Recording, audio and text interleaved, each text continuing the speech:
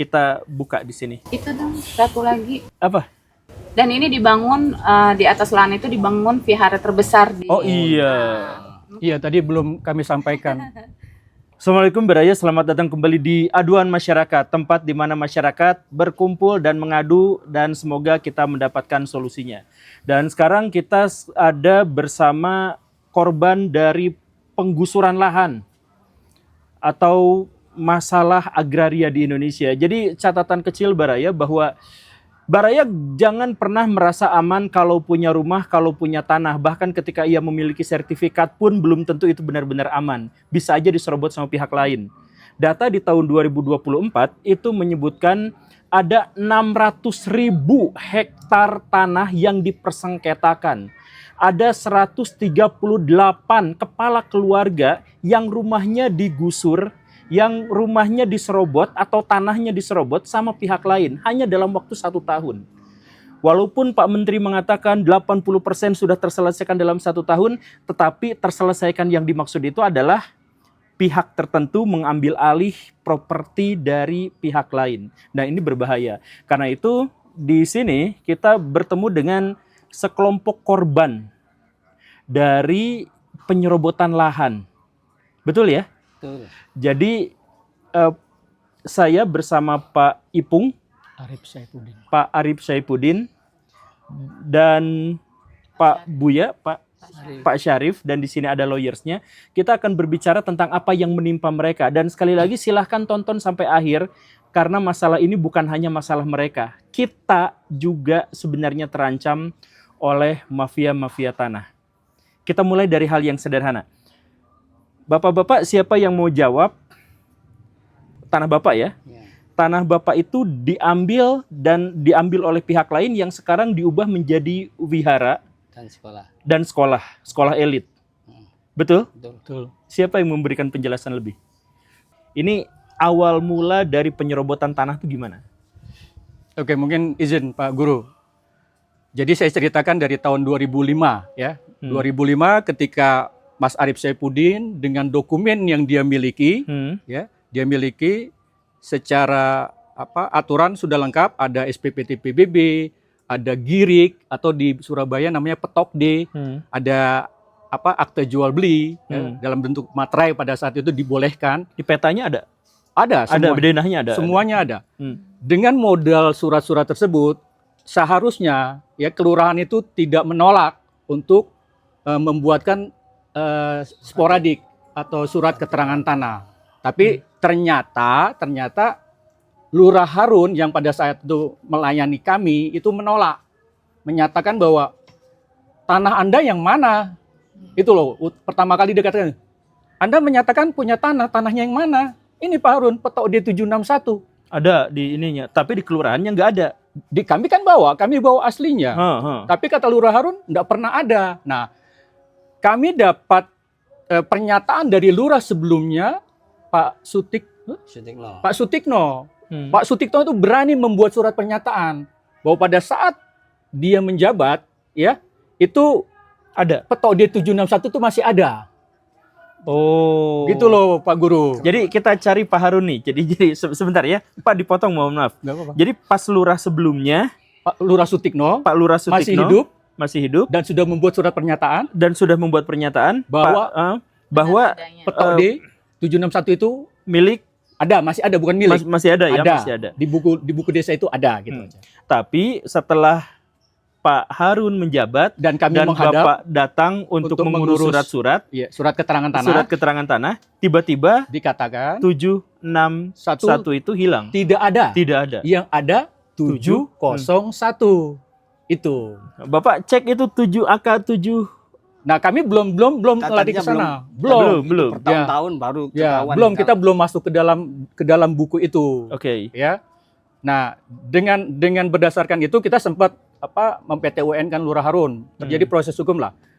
Sampai akhirnya kok malah Mas Arif Saifuddin ini ya yang di Jawa Timur, di Surabaya dilaporkan, dikatakan melakukan penyerobotan tanah. Kan lucu. Loh, kami yang punya alas hak yang jelas apa? Petok D asli ada, SPPT PBB ada, orang banyak cuma punya SPPT PBB, ya, menyatakan dia punya tanah itu. Tapi SPPT PBB ini bukan kepemilikan tanah, bukan bukti kepemilikan tanah. Kami yang kami punya yang lebih kuat dari SPPT PBB apa? Girik atau petok D.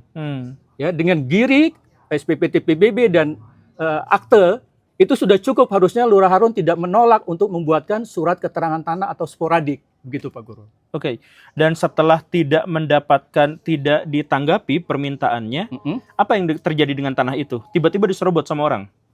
Berjalannya waktu, mungkin kita tidak bisa cerita lengkap ya Pak Guru ya. Berjalannya waktu, tiba-tiba tuh di tahun 2012 ada jual beli di atas tanah itu. Padahal nih, ketika Mas Arief datang ke tanah itu, dia sudah pasang pelang tuh. Ini tanah saya gitu loh. Ditulis ya Mas Arief ya. Ini tanah saya dengan surat keterangannya bla bla bla bla bla ya, atas nama Arief Saifuddin. Kalau mau apa-apa kan mau transaksi ya Arief Saifuddin dong. Iya. Ketika pelang itu sudah terpasang dari tahun 2005 ketika kita sudah dengan data dengan fakta hukum dengan dokumen-dokumen kita yakin kita pasang pelang itu. Tiba-tiba saja di 2012 ternyata ada jual beli di atas tanah itu. Dan bukan kepada Arief Saifuddin. Siapa yang jual, siapa yang beli? Nah itu. Sampai hari ini ya kan ada mereka beli yaitu Ongko dan Untoro itu beli dari Ongko dan Untoro. Iya, beli dari 2 orang. Namanya Tuti dan Endang ya. Tuti Endang Purwati Tuti Endang Purwati dan Miadi. Tuti Endang Purwati dan Miadi ini kalau menurut kami itu hanya orang yang dimajukan untuk membuat bahwa ada jual beli antara Tuti Endang ini dan Miadi dengan orang-orang ini yang saat ini menguasai lahan. Seperti itu Pak Guru. Jadi oke.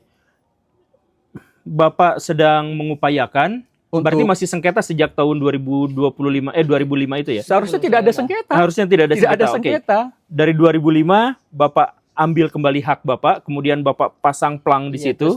Tanah dikerjakan. Pasang pelang, tanah dipagar juga sama Mas Arief ya, tahun 2010 ya. Tapi tahun 2012 tiba-tiba ada yang beli. Ada jual beli di atas tanah itu. Ya setelah berjalannya waktu tahu. Kita tahu ada jual beli di atas setelah tanah. Kita persidangan, saya digugat oleh mereka, baru tahu. Ternyata mereka beli berdasarkan kutipan letter C yang dilegalisir pada tahun 2012 gitu intinya. Iya, tapi belinya bukan dari Bapak. Bukan. Dan Bapak dituding dan kemudian karena mager tanah itu, karena mager tanah itu dianggap melakukan penyerobotan dan masuk halaman orang lain. Jadi pemilik Nah, ini nih bahayanya Baraya. Jadi ini bahayanya Baraya. Jadi Baraya punya tanah, Baraya punya rumah, tiba-tiba tuh jadi ada orang lain yang memiliki sertifikat, yang memiliki legal, dan tiba-tiba oleh pengadilan pemilik aslinya yang justru dituntut karena dianggap diadukan melakukan pidana. Nah ini itu tahun 2012. Iya, 2012. Jadi siapa nama yang belinya tadi itu? Pak Ongko dan Ongko Tikdoyo dan Widayanto Untoro. Ongko Tikdoyo dan Widayanto Untoro membeli tanah itu dari 2 orang. Yang ketika para penyidik ke lapangan, seperti mereka tidak menemukan 2 orang itu. Dan di buku kelurahan pun katanya 2 orang itu tidak ada namanya. Di kelurahan berarti secara legal fiktif. Ya kalau saya katakan seperti boneka. Gitu. Iya, tapi berarti kalau legalnya berarti fiktif karena nggak ada orangnya gitu kan, nggak bisa kita konfirmasi. Tapi pengadilan kelanjutannya apa? Setelah 2012 itu tiba-tiba dibeli sama Pak Ongko dan Bapak dilaporkan, putusannya bebas. Bapak dibebas putus. Diputus bebas. Diputus bebas karena tuduhan mereka bahwa Mas Arief Saifuddin itu melakukan penyerobotan dan memasuki perusahaan orang itu tidak terbukti. Padahal seharusnya yang nyerobot itu mereka. Yang nyerobot mereka kan, harusnya Pak Guru kan? Mereka yang merusak, pagar saya dirusak di bulldozer. Di bulldozer? Iya, di bulldozer langsung diuruk. Begitu langsung dipagar beton sama dia. Poin pentingnya gini Pak Guru. Mas Arief Saifuddin itu pegang, sekali lagi pada saat itu loh, kita bandingkan dengan pihak mereka. Kami itu pegang girik, oke ya, Semua dokumen lengkap lah intinya Lengkap. ya. Semua dokumen lengkap. Mereka Berdasarkan cuma pegang AJB Hmm. yang penjualnya itu patut dipertanyakan. Yang penjualnya fiktif. Kalau kami katakan ya boleh dikatakan fiktif ya, karena orangnya ada, cuma tapi tidak Tidak datang ke pengadilan, tidak ikut proses dan lain-lain tidak gitu kan? tidak pokoknya tidak digali lebih jauh lah. Oke. Ya. Nah, siapa yang bayar pajaknya? saya. Oh, kalau Pak Guru Gembul bertanya tentang pembayaran pajak, Hah? ini lebih lucu lagi nih. Memang PBB bukan bukti kepemilikan Pak Guru, Ya. tapi karena kami punya girik, kami merasa ya kami yang punya kewajiban bayar PBB itu. Hmm. Dari tahun sejak bapaknya Mas Arief Saifuddin ini beli tahun 97 itu sudah dibayar. Tapi Dibayar kan kami terus. tidak bisa menunjukkan bukti pembayaran. Yang bisa kami menunjukkan bukti pembayaran dari tahun 2000. Hmm. Oh, Itu- dari tahun 2000 tuh ada. Dari ada tahun bukti 2000 sampai tahun 2015 kami yang bayar Pak Guru. 2000 sampai 2015. 15 tahun kami yang 15. bayar. Tapi Tapi tiba-tiba 2017 Pak Guru. Hah? 2017 lahir sertifikat itu Pak Guru. Hebatnya Indonesia. sertifikat atas nama Ongko Tigdoyo dan Widayanto Oh. Untoro. mereka nggak punya surat-surat yang legal dan memadai, tapi bisa diproses jadi Sertifikat. sertifikat. 12 sertifikat Pak Guru. Lahir. 12 sertifikat. Iya. Pak Guru mau tahu cerita tentang sertifikat itu? Gimana? Nah, ini lebih parah lagi Pak Guru. Yang melakukan audit investigasi atas sertifikat-sertifikat mereka, Hmm. itu teman-teman dari BPN Pak Guru. Tim Inspektorat Bidang Investigasinya BPN Hmm. dipimpin oleh Brigjen Yustan. Pak Brigjen Yustan mungkin ingat kalau dia nanti dengar ini dia akan tahu nih. Pak Brigjen Yustan turun dengan timnya lengkap Pak Guru. Hmm. Ya, turun dengan timnya lengkap. Dia ke lapangan, dia ke desa, dia periksa semua 12 sertifikat itu Pak Guru.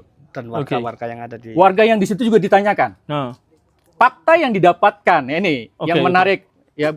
Fakta yang didapatkan oleh Pak Brigjen Yustan dan timnya Pak Sukma, yang kami terima kasih sama Pak Sukma. Pak Sukma itu salah satu anggotanya Pak Yustan yang sangat gigih bantu mengungkap seperti apa kasus ini. hmm. Dari hasil audit investigasi teman-teman BPN, sekali lagi Inspektorat Bidang Investigasi BPN, itu menghasilkan pertama Pak Guru, 12 sertifikat yang mereka miliki, ya Pak Guru ya, Iya. itu tidak ada satupun yang punya PBB. di tempat situ. Sertifikatnya gitu ya. Sertifikat ada 12, tapi tidak satupun sertifikat mereka itu yang punya PBB. Kami tidak yakin kan Pak Guru. Ah. Kami datangi Bapenda Surabaya. Pak Musdik, waktu itu kepala kantornya Pak Musdik. Pak Musdik, di atas tanah ini, gitu kan kami sampaikan, ini Pak, Jalan Bulu Jaya 5 nomor 19. Hmm. Sampai dengan saat ini, waktu itu Mei 2022 Pak. Tolong Pak Musdik cek di database Bapak, di atas tanah itu atas nama siapa? Gitu loh Pak. Hmm. Memang karena itu Bapenda, mereka tidak punya data, wah ini sudah lahir sertifikat, tidak punya. Iya, Yang iya. mereka punya apa? Yang bayar pajak di atas tanah itu. Oke. Jadi sampai dengan Mei 2022, Ah. ya, di atas tanah itu hanya ada satu SPPT PBB atas nama Mas Arief Saifuddin. Satu, bukan 12. Bukan 12. Mengapa 12 sertifikat itu tidak ada yang punya PBB? Nah, PBB itu. Ya, oke. ada fakta berikutnya Pak Guru. Apa? Digelar perkara khusus, Hmm. kan kita ada di Barreskrim ada namanya gelar perkara khusus. Hmm. Di gelar perkara khusus itu, Mas Arief Saifuddin ditanya sama ahli yang hadir di situ. Ibu Roro, ya Ibu Roro. Ibu Roro pasti dengar, kalau dengar dia, Ibu Roro. dia ingat. Mas Arief Saifuddin, Anda bayar PBB nggak di atas tanah ini? Ditanya gitu kan? Nah, Yakin, bayar Bu. Mana buktinya? Ini Disampaikan sama Mas Arief Saifuddin. Ini Bu, dari tahun 2000 sampai tahun 2015 Bu. 15 tahun kami bayar pajak Bu. Nggak kecil pajaknya, hampir 30 juta. 30 juta yang tahun. Yang belakang-belakangan. Ya kan 30 juta lah. Ah, Nggak kecil. Mas Arief Saifuddin dapat menunjukkan. ah. Itu digelar ya. Hmm. Bu Roro harus fair dong. Mas Arief Saifuddin sebagai apa yang mengklaim, yang mengklaim lainnya kan ada Ongko dan Untoro. Ah. Pak Ongko dan Untoro, Anda bayar pajak nggak di atas tanah itu? Jelas di gelar itu dia menjawab. Enggak. Yang menjawab bukan dia, Pak. Yang menjawab, yang memberikan keterangan tentang pertanyaan Bu Roro itu penyidik Polda Jatim. Loh. Oke. Iya.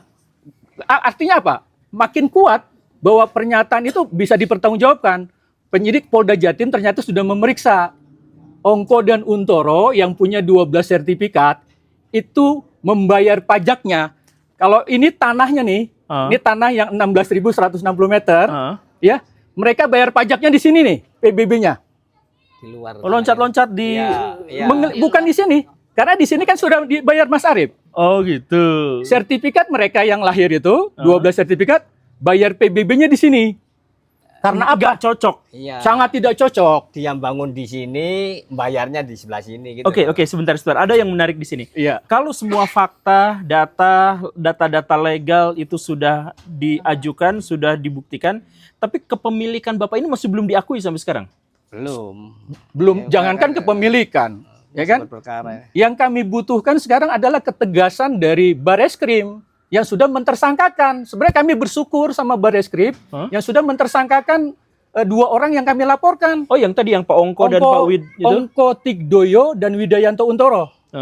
Itu udah tersangka? Sudah ditersangkakan sebagai sama Bareskrim sebagai orang yang melakukan pemalsuan dokumen salah satunya ya pasalnya. Dan penyerobotan. 385. Kalau tadi kan saya bilang ini sertifikat nggak ada PBB-nya. Yang parah lagi. Ini biar mungkin yang dengar ini tahu Pak Guru. BPN yang mengeluarkan sertifikat itu oleh teman-teman dari BPN sendiri, dari Pak Brigjen Yustan tadi, itu kan memeriksa. Ternyata ini sangat lucu. Sertifikat itu keluar tanpa dilakukan pengukuran di lapangan. Hebat sekali kan? Tahu dari mana? Ya dari laporan polisi. Polisi udah di BAP. Sudah di BAP. Dalam BAP disebutkan bahwa mereka notaris yang bukan notaris. Bukan siapa? Tim A, panitia A dalam hal ini teman-teman dari BPN, kantor dari BPN Surabaya 1.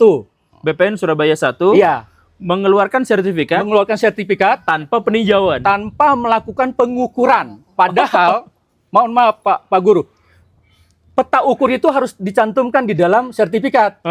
Gimana mereka bisa cantumkan itu, ya kan? Padahal mereka tidak melakukan pengukuran di lapangan. Terus bicara tadi yang untuk notaris ya. Di dalam hasil penyidikan itu notaris mengakui pada saat AJB untuk ke-11 sertifikat, 12 sertifikat itu tidak didasari dengan data dokumen secara formil, akan tapi cerita secara lisan. Jadi saya beli tanah di sana gitu. Itu dibikin iya. BPN. Lucu BPN. Bukan BPN-nya. Notaris. Notaris Peri Gunawan namanya. Notaris Peri Gunawan mengakui dalam BAP. Peri Gunawan ketika di BAP oleh Bareskrim itu mengakui bahwa ketika Ongko Tigdoyo dan Widayanto Untoro menghadap dia sebagai notaris, ya Pak Peri, saya mau membuat akte jual beli, ya, mana Pak dokumen pendukungnya? Udahlah, bikin aja, ya saya yang mendiktekan. Oh, kami tahu itu dari mana? Dari BAP juga, BAP atas nama Peri Gunawan itu, notaris itu mengakui seperti itu. Berarti Pak Ongkonya yang mafia di sini? Ya saya tidak tahu, Pak Guru yang bisa menilai kan? Oh, jadi jadi di sini kayaknya berarti notarisnya terlibat. Dari lurahnya dong. BPN terlibat, lurahan terlibat. Pegawai kelurahan juga terlibat. Kelurahan siapa tadi namanya? Ada Tohuri, ada Suwarsi. Itu terlibat. Terus pihak-pihak yang ngaku-ngaku. Oh, itu udah calon tersangka semuanya. Ada 11 calon tersangkanya. Jadi sebenarnya Pak Guru harusnya ada 11 tersangka.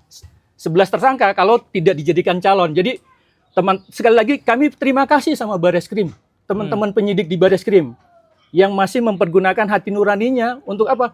Untuk mendudukan kasus ini pada porsinya, pada berdasarkan fakta dan data. Benar yang Mas Ipung tadi katakan, kami punya data ada 11 orang yang sebenarnya sudah jadi calon tersangka. Ya, 2 orang, ya, Ongko Tigdoyo Widayanto Untoro, ya, pemalsuan dokumen. Ya itu pokoknya nanti pasalnya beda-beda. Ada 2 pegawai kelurahan, ada 2 notaris, ada 2 lurah, ada 4 pegawai BPN. Itu harus jadi calon tersangka. Nah ini barangnya kalau main sama mafia tanah tuh, ya kita nggak tahu ini mafia atau bukan. Cuman maksudnya kita tuh bakal melibatkan terlalu banyak orang gitu. Karena untuk mengambil alih tanah, apalagi menjadi lebih legal itu. Nah tapi lanjut Pak, si tanah itu, saya cerita yang agak menarik lagi. Apa? Biar pemirsa yang mendengarkan podcastnya Pak Guru lebih terbuka lagi.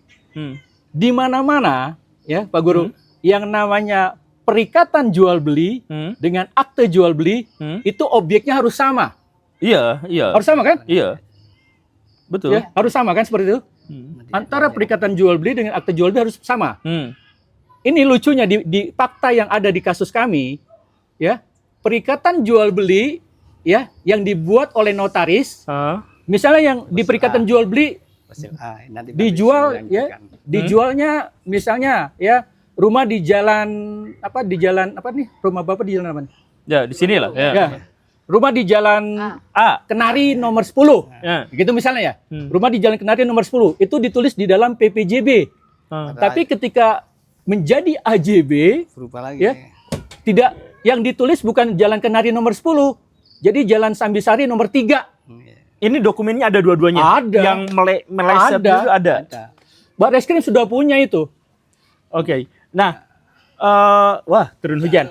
Tapi gak apa-apa. Gak apa-apa. Gini aja, sebenarnya yang paling terpenting dan perlu diwaspadai itu bahwa Presiden 97, IPIDA 701 itu tidak ada lahannya. Ini bukan tumpang tindih tanah atau surat ganda, enggak. Ini kalau tanah fiktif lah ya. Enggak ada lahannya. Enggak ada, iya, enggak ada lahannya. Andai kan ada, hari ini loh Pak Gembul, saya siap diantar Pak Gembul untuk diborgol. Tantangan. Iya. Dan tidak minta sejengkal tanah pun, gitu loh. Kalau petok D701 persil 97. itu persil 98, itu luasnya pun cuma 200 Pak Gembul. Itu 200 meter? Iya, itu yang perlu Rumah ini dong 200 meter kecil. Sekarang dari pihak pengacara. Enggak, sebentar. Sedikit lagi. Dengan semua kejanggalan ini dan sudah ada penetapan tersangkanya, sudah ada kan penetapan tersangka, kenapa belum masih pindah juga, kan itu sudah ketahuan. Nah, ya ini harapan. Jadi polisi nggak gerak atau gimana ini? Ini hujan nanti malah sakit loh. Nggak apa-apa. Pak Gembul, yang harus kita berikan masukan ke pemerintah. Ini sebenarnya bagus buat ini juga, bahwa ketika satu tanah itu yang poin pentingnya, ketika satu tanah satu luas tanah misalnya 1000 meter sudah disertifikatkan oleh BPN, entah bagaimana cara sertifikat itu lahir, ya. Entah bagaimana cara sertifikat lahir, kalau sudah berusia lebih dari 5 tahun tuh sertifikat, ya, itu sudah tidak bisa dibatalkan. Orang yang tanahnya diserobot, yaitu harus berantem di pengadilan untuk menuntut sertifikatnya yang sudah diserobot itu, tanahnya sudah diserobot. Jadi sertifikat yang lahir itu oleh BPN dianggap betul semua. Kalau sudah berusia 5 tahun itu yang menurut saya. Ini hukumnya kayaknya harus diubah. Tapi ini kita ngomong sama Bapak Ibu lawyers. Maaf ya Baraya, ini kehujanan, bapak-bapaknya biar kehujanan aja. Bapak ibunya kehujanan. Apa yang mau disampaikan nih Pak? Ini kenapa masalah pertanahan di Indonesia itu begitu membingungkan? Ini kalau ini tuh gimana ceritanya? Ya tadi kan sudah banyak disampaikan oleh Pak Arif, klien kita dan keluarga Pak Syarif. Kita hanya mau sampaikan soal yang ada di Barreskrim. Nah, klien kita sudah ngelapori 1 Agustus 2019. Nah, berjalannya proses sudah ditetapkan sebagai tersangka. Oke, sudah tersangka. Pasalnya apa? Itu pemalsuan. 263 ayat 1 itu membuat. 263 ayat 2 itu menggunakan. 2 alat bukti hasil gelar perkara khusus seperti yang disampaikan oleh keluarga tadi, keluarga oleh klien kita, sudah ditunjukkan oleh tim Barreskrim dalam hasil gelar perkaranya. Ya, catatannya ini dalam hasil laporan gelar perkara. Artinya kita menuntut keberanian Barreskrim hari ini untuk melakukan proses lanjut. Apa itu? Pemanggilan kedua. Apa setelah pemanggilan kedua? Penahanan dan penangkapan, atau penangkapan dan penahanan. Jadi semua alat buktinya sudah cukup, semua perkaranya udah bisa, pokoknya tinggal belum ditangkap doang. Belum gitu. ditangkap Itu dan belum dipanggil. Nah, kita nunggu keberaniannya. Dan ini sebenarnya terjadi penetapan tersangka itu di tahun 2022 sebenarnya. 29 November 2022. Dari 2022 sampai sekarang. Tanggal 29 November 2022 Pak Guru. Jadi Bapak polisi jangan jadi kucing Pak. Ini 3 tahun berarti ya. 3 tahun betul. 3 tahun tersangka tapi nggak ada penetapan, nggak ada pemanggilan, nggak ada apapun. Baru sekali pemanggilan Pak Guru. Sekali pemanggilan di Desember 2022. Tapi biasa orang Indonesia kalau dipanggil kan ada alasan. Bapak polisi, kami terpaksa untuk menduga bahwa Bapak itu kena suap. kami terpaksa menduga begitu karena bagaimana ceritanya ada penetapan tersangka udah 3 tahun, Iya. Tidak dilakukan. tidak ada, penahanan iya, atau penangkapan. Iya. Pemanggilan kedua pun tidak. Dan hari ini kita sudah menyurati ya. Ya. Kita sudah surasi ke Surati. Bareskrim, ke Kadif Propam, ke Pak Irwasum, kemudian ke Karuwasidi. ya, jangan sampai ini beritanya jadi sangat viral terus Bapak nanti dicari-cari wartawan ya. Oke, gitu ya. Gitu Jadi aja, Bro. itu pokoknya mah ini para lawyersnya ngajak bapak-bapak polisi untuk segera bertindak. Dan ini sebenarnya kan perjalanan yang sudah cukup jauh yang dilakukan oleh Pak Arif ya. Dan keluarga gitu loh. Hampir 20 tahun lah kalau mau diikuti dari awal ya Pak Betul, ya betul, gitu. betul sekali. Dan alhamdulillahnya di tahun 2022 Iya. sudah mulai ada harapan dan terima kasih kepada Penyidik. penyidik karena telah menetapkan sebagai tersangka Ya, Alhamdulillah. yang terlapor tadi. Ya. Cuman harapannya tinggal harapan lagi. Sampai sekarang belum ditahan selama 3 tahun gitu loh. Dan perlu kita pertanyakan ada apa? Nah, itu dia. Oke, Baraya, ini cuacanya mendung, tapi saya ingin menegaskan kepada Baraya sekali lagi, please jangan menganggap bahwa rumah Baraya, properti Baraya, tanah Baraya itu aman. Di Indonesia itu kasus penyerobotan lahan, sengketa, kemudian konflik agraria, itu banyak, setiap tahunnya itu banyak. Dan Bapak ini salah satunya, Bapak ini anggaplah orang kecil, kurang berdaya, sampai akhirnya ada banyak aktivis yang mencoba untuk membelanya. Bapak ini sebantakara dan sendirian. Seandainya Baraya mengalami hal yang seperti ini, apa yang akan Baraya lakukan? Makanya berhati-hatilah dan terus-menerus belajar tentang apa yang sebenarnya menjadi kebiasaan di Indonesia. Dan satu lagi guru, dan ini Apa? sebenarnya sangat menyedihkan. Seharusnya dengan institusi itu tempat kita mengadu kan. Iya. Tempat kita berkeluh kesah mengadu karena ada ketidakadilan di sini. Betul. Gimana coba sampai akhirnya kami datang ke guru. Oh iya. Sampaikan. Coba, ini kan aneh ya. Ngadunya ke guru ya? Ngadunya ke institusi. Iya, Yang ngadunya ke Ini institusi. ngadunya kemari loh. Dan terima kasih loh guru udah terima. Iya, terima kasih, terima Pak kita Guru. sampai Tapi ini sini lihat tuh, gitu. ada fenomena alam nih. Kucingnya berpihak ke Bapak ini. Masya Allah. Oke, Baraya itu saja ya. Dan ini lagi-lagi yang harus ditegaskan, ini tuh programnya adalah aduan masyarakat. Kalau Baraya punya masalah, punya ini itu, ayo kita adukan kalau memang institusi-institusi, instansi-instansi dan lembaga-lembaga yang seharusnya menampung aspirasi dan keluhan Baraya ternyata mandul, kita buka di sini. Itu dong, satu lagi. Apa?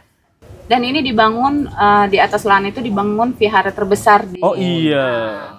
Iya, tadi belum kami sampaikan. Jadi Oh iya. 2005 piharanya masih kecil, Ah, ya kan? Waktu Oke. tanah kami datang. yang tadi Cuma seperti musola. Tiba-tiba pas dalam perjalanan waktu tiba-tiba muncul vihara terbesar di Surabaya. apa nama viharanya? Vihara Dhammajaya. Vihara Dhammajaya. Dhammajaya. Dan ada sekolah. Dan dalam proses kami sedang berantem, sedang konflik sama dua orang itu, dua orang terlapor, itu pembangunan terus dilakukan di atas tanah itu. Ya berarti hukum mandul ya? Iya, salah. Mungkin perlu satu IMB perlu kami sampaikan nggak, Bu? Apa IBAN-nya? Nggak apa-apa. Sekolah tersebut, Hah? sekolah itu, Hah? ya, sekolah itu didirikan pada saat sebenarnya kami masih berkonflik, ya, masih berkonflik, masih berantem kan. Dari tahun 2012 kan kami berantem terus. Tapi bagaimana bisa, ya, Pemda di Surabaya itu seperti tutup mata gitu loh. Pembangunan terus jalan. Nah, kami dapatkan IMB-nya nih Pak Guru. IMB sekolah tersebut, sekolahnya namanya Meta School, ya. Ini Meta School. Meta School. Itu Nama sekolah wiharanya adalah? Kenapa? Dhammajaya. Nama wiharanya adalah? Viharanya Dhammajaya, sekolahnya Meta School. Kemudian dia sekitar katanya 600, bayarannya 3 juta. Lumayan kan Pak Guru? Nah, kami dapatkan dokumen izin mendirikan bangunannya Pak Guru. Oh. Jadi mereka nggak punya? Pasti mereka punya. Oh, mereka punya. Yang mengeluarkan juga kan Pemda Surabaya pasti tahu dong. Cuman saya. IMB itu sekali lagi kami punya dokumennya. IMB-nya itu untuk pembangunan sekolah tersebut keluarnya izin mendirikan bangunan sekolah di Jalan Puncak Sambisari 1 nomor 35. Lah, Tapi Jadi dia beda bangun- lagi ya? Iya, dia bangunnya. Mereka membangunnya di tanah kami Pak Guru. Di Jalan Bulu Jaya 5 nomor 19. Itu Pak Guru. Intinya nggak sama. Intinya nggak sama ya dokumennya ya. Ini Bangunnya di mana? kepada Intinya di jamaah mana? Buddhis yang di sana ya. Oh, iya. Kita bukan mau nyari-nyari perkara, cuman Iya. pengen menjelaskan bahwa wihara itu berdiri di atas tanah sengketa yang sebenarnya dalam tanda kutip adalah hasil dari penyerobotan terhadap hak milik Pak Ipung. Biar clear, vihara itu dapat hibah dari Ongko dan Untoro. Jadi dia dapat hibah. Oh. Tanah itu kan awalnya SHM Pak Guru. Sekarang jadi SHGB karena dihibahkan kepada yayasan vihara. Yayasan tidak boleh SHM. Dikonversi menjadi SHGB. Nah, saya tidak tahu apakah para pengurus vihara itu tahu kalau tanah ini tanah sengketa dan orang yang menghibahkan kepada mereka itu sudah jadi tersangka saat ini. Saya tidak tahu. Viharanya tahu, pengurus Metaschoolnya tahu atau tidak, kami tidak tahu Pak Guru. Wiharanya semoga tahu, Metaschoolnya semoga tahu ya. Oke, Baraya, itu saja. Terima kasih karena sudah menyimak. Saya Guru Gembul dan ini tim lawyer dan ini korban. Keluarga. Semoga keluarga korban. Semoga semuanya berakhir dengan baik. Assalamualaikum warahmatullahi wabarakatuh. Waalaikumsalam warahmatullahi wabarakatuh.